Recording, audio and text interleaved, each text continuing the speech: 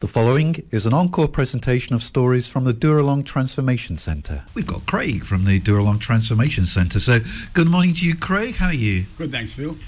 Cold enough for you? Yes. Cold enough at Dooralong as well, I guess? Yeah, a bit colder than here. Yeah, I heard you saying you have frost first thing this morning. Yeah, we did, yeah. Come in, all the grass was white, so... Yeah. I think I mentioned to the listeners before, but I went out to Dooralong. It must have been November or December to your family day, and it was a stonking hot day, and it just shows you it goes from one extreme to the other. It sure does, exactly right. It does go from one extreme to the other. Yeah, yeah, but it's good walking weather. You were telling me off air that, you know, it's good. It's a good place to be out in the country there. It just, yeah, it makes you want to walk and walk and walk this weather. It is, it's nice out there. You know, you got all the wildlife, wallabies, kangaroos, and it is nice out there. Yeah. How long have you been there, Craig? I've been there for nearly 7 months, actually. Yeah. Close enough to it. And things are going well for you? Very well. Yeah. Yeah, really good. Really good. Okay, as we do normally, we're just going to turn the clocks back a little bit for you, Craig. Your addiction is... Alcohol. So, gee, that's a hard one, isn't it? Because wherever you look in society, there's alcohol, isn't there? It's everywhere. Yeah, it's advertised on TV. They sponsor all the big sporting events. It's sort of almost, well, it is. It's socially acceptable to drink, isn't it? So. Well, it is. Everywhere you go, like even if you want to go to Woolworths or Coles to do your shopping, there's Liquorland next door. There's every shopping centre you go to. It's everywhere. Even if you want to go to the shopping centre at Tuggerah, you want to go out and have lunch. You want to go to the coffee club and have a ham and cheese toasty, well, it's licensed. It's there in the next door bar. Everywhere. Yeah. I mean, I suppose with drugs, it takes a little bit of cunning to obtain the drugs because they're illegal, but when something's legal like drink and there's a bottle shop on every corner, the temptation must be overwhelming at times. It is very overwhelming, especially when the state of origin's been lately, and then I'll be sitting there drinking my cups of coffee. Well, keep on doing it, because New South Wales are winning while you're drinking your coffee, so perhaps that's you're a lucky charm. Look, when did it start for you, Craig? Young age. I started drinking when I was about 15. Yeah. And then, I loved the feeling, I loved the effect, and as soon as I turned 18, well, that was it. I got right into it, and I've never looked back. What was it? You say you love the effect. What was it about the effect? I think it's just the effect that it puts everything that's anything that sort of hassles in your life, anything that's bothering you, it just suppresses it and pushes it all away. Yeah. So it sort of, if there's stuff going on in your life which is sort of unpleasant, this just takes the pain away. It numbs it. Well, it does. It takes the pain away, and I don't really think about sort of what problems they are. I'm just enjoying the fact of having alcohol in my system, and it makes me feel good. And so was it schoolmates encouraging you, or? Well, growing up with an older brother, his mates, they were all drinking, and so I started drinking with them, and at a younger age, and then as soon as I turned 18, well, that was it. I was straight into it myself, and I can see that. You've got older brothers, you know, they're going to be saying, "Oh, go on, have a drink, you'll be fine." You know, I'm not going to tell mum and dad you'll be okay, and that's it. And it was an instant love affair for you. Well, I could get away with a lot too at that time in my life when I was younger. My mum was a single mum with 3 kids, so I could pretty much get away with murder. Yeah. So you started drinking at the age of 15, and it pretty much developed from there onwards. Yeah, sure it did. Yeah. How much were you drinking a day? Look, at that age, I was probably just drinking it on weekends. Yeah. But as I said, as soon as I turned 18, I was drinking every single day. So I would have beers at lunchtime, and then after work I would drink and go to the pub. Back then, play card machines and. So you were working, but lunchtime you'd be off for a drink? Lunchtime I'd go and have a beer, definitely. Yeah. Sometimes if I was near a pub, I'd go and have schooners. If I was nowhere near a pub, I'd go find a bottle shop. And that was every day? Yeah, every day, yeah. And did it then affect your work performance in the afternoon? It didn't affect my work performance because I wasn't getting drunk. I was just having like a couple of beers. But I think it sort of has been the stepping stone and the gateway to my alcoholism. Yeah. I've been drinking for over 30 years, and I've been a heavy drinker for over 25 now. So obviously didn't stop at just a few beers. No. So how did it develop? I developed into drinking in excess of, well, I'd buy a 30 can block of Tooheys New every 2 days, and also going to the pub and having a couple of schooners. So I'd be sort of a 15, 16, 17 day beer drinker. Beers a day drinker. Yeah. So a fair few. And people in your life didn't say, Craig, lad, you've got a bit of an issue here, you need help? I had. A lot of people have told me over the years, like, Craig, you got to slow down, or, even just maybe girls that have been interested, but then they may live across the road and you become friends and they like you, but they're not going to go down that road because they see how much you drink. Yeah. Or they hear your wheelie bin in the morning when it gets emptied. Yeah, and they can see all the cans and the bottles. Crash bang. Yeah, give Craig a wide berth. He's bad news. Yeah. What toll was it taking on your body? It must, to be drinking 15, 16 beers a day. Well, I'm a plumber by trade. I've always worked hard, so I don't believe that it really took any toll on my body, because I've always it doesn't take long to sweat it out. So I've been told by a lot of employers, to cut down, but I couldn't cut down. I didn't know how to, and it jeopardises your job, because it doesn't matter how much deodorant or Lynx you put on, the next morning they can still smell the alcohol on you. Yeah, so, that's right. Yeah. What effect was it having on the relationships in your life then? Well, I think every relationship I've ever had's gone because of my drinking. Yeah. Not through violence or anything like that, just because I just plain and simple drink too much. Yeah. My alcohol comes before anything else in life, unfortunately, and that's the disease. So people that you're in a relationship, they come second to the alcohol? Definitely. Alcohol comes first. Yep. And that's the true mark of an addiction, I suppose, isn't it? Exactly, 100%. Yeah. Another thing they say about alcoholics, or they say that you've got a problem when you wake up in the morning and the first thing you want is a drink. Did that happen to you? It did happen to me, like on weekends, I guess, mainly because I know that I'm not going to work. I've always got up at 5, get to work at 6, on the job by 7, and worked all day. But through that day, all I've got on my mind is I can't wait for work to finish so I can get out of here and go to the pub or go home and have beers. Yeah. And that's all you're thinking about all day. Yeah. Yeah, it's really tough, isn't it? It's horrible. Yeah.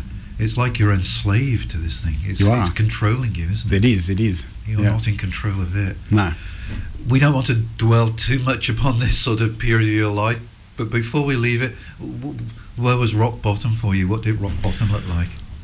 Rock bottom for myself would have to be when it gets to the point of when you lose pretty much everyone you love, like my relationship with my partner, the kids. When I can't see the kids anymore because of my drinking. That's serious. That's when it really, really hurts, and that's when the depression kicks in, and that's when I start drinking even more again. So you've got children? Yes, I've got 2. Yeah, how old are they, Craig? My daughter's 10 and my son's 9. So they're still young, aren't they? Yeah, they're very young, yeah. But it got to the point where you weren't able to see them? Yeah, I haven't seen the kids for a little while now, so, but... That would hurt. It does hurt, but today I'm in control of my life, and the alcohol's not controlling my life, so I can deal with it. And there's a hope for the future. Very much so. Yeah. How did you learn about Dooralong? Well, I was actually in detox to try and get off the alcohol, and Dooralong was mentioned to me. And I was at another rehabilitation centre up on the mid-north coast, and it shut down, but it just worked out that it closed down, and I was accepted in Dooralong at the same time, so I just transitioned. So today I'm nearly 11 months sober, so I'm doing quite well. So that's rather unusual. Most people go into Dooralong from their normal life, if you like, but you were at another rehab centre that was closing down and transitioned into Dooralong. Yes. So all in all, you've been in rehab for how long? Nearly 11 months. It's a long time, isn't it? Yeah, it is a long time, but I'm there of my own free will. I don't have to be there if I don't want to be there, but I want to get well, and Yeah, we're talking to Craig this morning from Dooralong. He was explaining to us about his problems with addiction that have been part of his life for many, many years. He found himself in a rehab centre that was closing down. Yes. Yeah. And so from one rehab centre you went to Dooralong. But you were just telling me off air that you really wanted to come to Dooralong in the first place. Yeah, that's exactly right.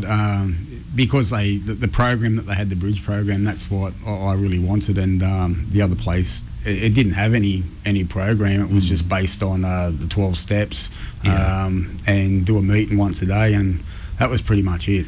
So it was a stepping stone along the journey that you've been, but you really wanted to get to Dooralong, even though you were in rehab. Oh, definitely. I don't regret not going there. I got 4 months sobriety up. Yeah. But it just didn't have exactly what I needed to fulfil my ways of getting better and finding that sobriety, because I could see myself just leaving there and busting straight away because I didn't feel as though I got anything out of it. So what is on offer at Dooralong? What programs do they have at Dooralong that weren't at this other centre? Well, as much as it's a beautiful place, like it's a pretty awesome place. What used to be a resort, but it's got what's called the bridge program, and it's a spiritual based program, and it just, for me, it's the 12 steps, but it makes you look at it makes you have a good look at yourself, especially when you're doing like the step 4 work. It you look at sort of your resentments, which so you need to deal with your resentments so you can actually move forward in life, and also like just a personal inventory on yourself, like your faults and your assets, so that my assets outweighed my faults, thank God. And like sex conduct, whether you're sort of harsh or towards people and lovers and things like that. It really. So it treats you as a whole person, rather than let's just treat the addiction. Exactly. It makes you take a good look at yourself, and so you can see where you've gone wrong, where it all started, and how you can possibly overcome and become better. So do you have any of those aha moments where you think, oh, that's why I acted like that, because such and such was going on in my life, sort of insights into why you behaved in the way that you did? Definitely. My partner and I, we separated when my children were very young, and I found that very difficult, and I got depression, and I just drank myself into the ground, and I couldn't cope with it, couldn't deal with life, and once you hit those low points in life, it's really hard to sort of climb back out of it. And to put down that bottle once, because that's my addiction. Once I start, I can't stop. I just can't have 2 drinks. No. I have to have like 20 drinks. Yeah. And you wake up the next day and all those problems are still there, thinking that I've just drank them all away, but you wake up the next day and your problems are all still there. Yeah. And the only way to deal with it's just to go get more alcohol. So they're giving you the tools to address the issues in your life rather than turn to the bottle. Exactly. Yeah. Which is a healthier way. It might be harder though. It is hard. It's definitely not easy. When I've been drinking like every single day of the week, 7 days a week for over 25 years, it's teaching yourself to live life on life's terms, which I don't ever really remember doing. But it is hard in the sense that you have to modify your behaviour perhaps, and you sort of realise that it's my fault that X, Y, Z happened. You're taking a really hard look at yourself. You do, and as much as I try not to be too hard on myself, because all it does is makes me feel depressed again and sad. So I still need to try and keep positive and keep that sort of sense of hope. But to learn from learn from the mistakes. Exactly right. And replace the negativity of what happened last time with more healthy. Exactly. approaches. Well, for myself, I know that being an alcoholic, I just cannot drink. No, full stop. I quit the alcohol 9 years ago, and I lasted just under a year, and as soon as I picked up that first drink, the next day I had 2, the next day I had a 6-pack, the next day I had a carton, and I've been drinking hard for the last 9 years. Just not an option to have a drink, is it? As soon as I know now, this time around, if I have one, it'll be straight back to the beginning. Yeah. So. You mentioned the Bridge program. You knew it was a spiritual program, and you said you felt that was what you needed. Would you have called yourself a spiritual person? No, never. No? Never. But you knew you needed something spiritual. I knew that I needed something different to what I had been living my life. And that this is what's helping me to, learn more about myself and that spirituality side. I've been going to, we have chapel on Wednesday nights. I go to church on Sunday mornings. I love it, I enjoy it. It's great, it's fantastic, good bunch of people, great nibblies. And always makes a difference. Yeah. But it's great, and I really enjoy it. It's funny, isn't it, that you said you weren't a spiritual person, but you knew that you needed something spiritual in your life, and that's why you sought out the Bridge program. Yeah, that's exactly right. Yeah. It's the spiritual side that's helping me to take a good look at myself, and which I've never ever done before. I've never actually stopped and taken that personal inventory on myself to have a look at where I've been going wrong in life and why I have become the way I've become, whether it's where it's stemmed from, whether mum and dad split up when I was 11 years old, or my brother not being the nicest person. There's lots of things in life that I've been through that it could all stem from. Yeah.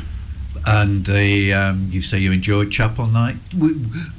Had you been to church when you were a kid? Did you know the basics of Christianity? Nothing. No, nothing. You're a blank piece of paper. Yes, I went to a school that we knocked off at high school. We knocked off at 20 past 2 every Friday because it didn't have religion. Yeah. Not that was the reason I went to that school. It was just that's how that school was, and so I knew nothing about religion whatsoever. You're a blank canvas. Very blind to it. Yeah. So the teaching of of Christ and God, how does that sit with you? It's good. It's good, and I like asking a lot of questions, and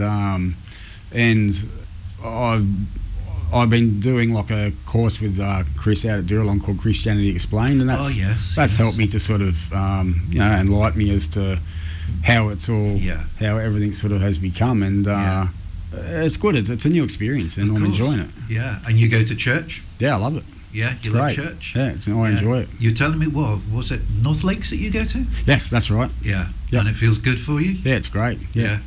Good music, good people. Good music, good people. Message. Yeah, the message is always good. Yeah. It just gives you something to look forward to for the week, something to work towards. Yeah. Something to think about. Yeah. It's good. And they have the Alpha course there. Have you thought of doing Alpha? They do. I haven't had the chance to do the Alpha course because I was doing a small clashed with some other course. Yeah, I was doing a small computer course at the time, so I couldn't do it. Yeah, it's great that they have so many programs, isn't it? Oh, there is. Tons of stuff. Just say to the newcomer that comes there, like whatever's on offer to you, grab it and take it and run with it. And we're talking to Craig from the Dooralong Transformation Centre. He was telling us before the break of how he was in a rehab centre. Just south of Sydney. It was closing down, and he had always wanted to go to Dooralong, and his wish came true when that rehab centre closed down. The reason he really wanted to get to Dooralong was that it ran the Bridge program, which is a spiritual program, and since being at Dooralong, Craig is now a regular churchgoer. Goes out to North Lakes Church every Sunday, and it's chapel night tonight, Craig. Yes, it is. Yeah. So there's going to be great music and dancing, and great music and singing. Good music and singing, and good message. Good fellowship as well. Yeah, it's good. Yeah. Now then, what did you used to do for a living, Craig? A plumber. I always thought plumbers, that's great, they'll never be out of a job. So is that something you're looking forward to getting back to? No.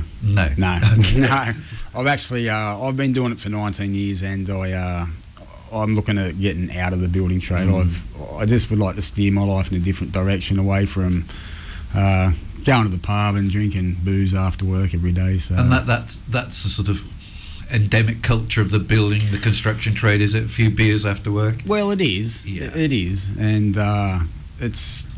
I've lost the passion for it anyway. I don't, when I get out of bed, I'm not enjoying having to go to work anymore. No. So. Okay. So what are you going to do then? I've decided that I'd like to do nursing. Wow. Yeah, nursing. That's a big difference, isn't it? Well, it is. Change for you. It is a big difference. A couple of years ago, I was working doing plumbing throughout hospitals and nursing homes throughout Sydney, and I just really enjoyed the environment, and I think it'd be nice to sort of give back, and I just believe that I will get something out of it, you know, like something for myself, rather than putting some pipes in the ground and throwing some dirt over it and then never seeing it again. It's one of those jobs where you can go home of a night and feel good about what you have done. Exactly. Feel proud of yourself. Yeah. Exactly. So that will be quite a bit of studying, I'm guessing. 3 years. Yeah. You want to be a registered nurse? That is my goal. So I'm going to start at Wyong TAFE. They do a 6-month course in aged care and home care and community health. And so I'm looking forward to that, 6 months, and then once I complete that, I can actually be working, and then I can study to do my AIM, which is assistant nursing, then move from there to become RN. So how do you feel about that, working in nursing homes and aged care facilities? Oh, it'd be great. Yeah, I enjoy it. Well, I used to work in a lot of the nursing homes and hospitals when I was down in Sydney. Yeah. And I enjoy the environment. I enjoy the people. Yeah. The oldies are lovely. I like the older people. Yeah. Well, you've got the right attitude for it. The reason I'm almost speechless is because I just know I couldn't do that job myself. I really do know that. So it's I'm amazed that you look forward to that type of work. Oh, I do. Yeah, definitely. Yeah, I like people, and I like helping people. I like caring for people. Yeah. My nan's 98 years old, and she still lives in her own house, and she's still doing well. Bit feisty. I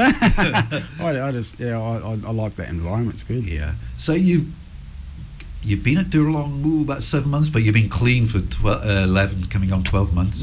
Coming on 11 months. Yeah. How much longer-ish have you got at Dooralong then? Look, it is a 10-month program, so I've got 3 to 4 months to go, and I want to see out the program. That was my goal, was to do the program, finish the program.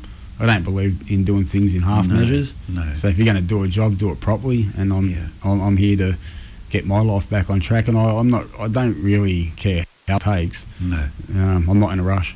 No, you're not in a rush. It's for the rest of my life. So you live with your alcoholism for such a long time that 12 months is. It's nothing. It's a drop in the ocean, isn't it? Exactly right. And you've got that, that hope and that dream and that passion for caring for people and being a nurse, which is, wonderful. It's nice to have a goal again. Yeah. It's exciting. It is exciting. I'm starting TAFE in a couple of weeks, and I'm really looking forward to it. Yeah. It's going to be good. Yeah. All the young kids will be coming in asking, you'll be the father figure there, Craig. They'll be coming to you asking you for a sort of worldly advice. I might even be the only bloke in there too. Who knows? So, your life has changed completely in 12 months. Definitely. Yeah, it's changed right around. Yeah. Definitely. I'm in control of my life again now. The alcohol's not controlling my life anymore. When they called Dooralong a transformation centre, you know what transformation is then? Yes. I'm living proof of it. Yeah. So you're glad that you made that change from where you were, that rehab where you were to Dooralong? 110%, yeah. 110%. Yeah. And church and God will continue to be an important part of your life? Always, yeah. Always. Yeah, definitely. Yeah. It gives me hope. It gives me strength. Yeah. It gives me belief. It's fantastic. Yeah. And just to know that there's no magic wand that Christians live under. Life isn't. It's not a bed of roses. But whatever happens, there's always somebody with you. Exactly right. Yeah. There's always somebody that you can turn to. I don't have to be alone anymore. Don't have to be alone anymore. No. That's wonderful. Thanks, Craig, for coming in. We wish you all the success. Thank you, Phil. With being a nurse. For those of us who are near the age when we're going to be in nursing homes soon, perhaps we'll see you further down the track, Craig. You definitely will. Yeah, be nice to us. Okay. You have a great night this evening because it's your chapel night. Thank you. Give our regards to everybody back there at Dooralong. Thanks, Phil. Sheldon. Thanks, Craig. You've been listening to an encore presentation of the Dooralong stories, which can be heard live every Wednesday at 10 a.m. and repeated 8 p.m. Sunday and 1 a.m. Wednesday, right here on 94.9 rema.cc.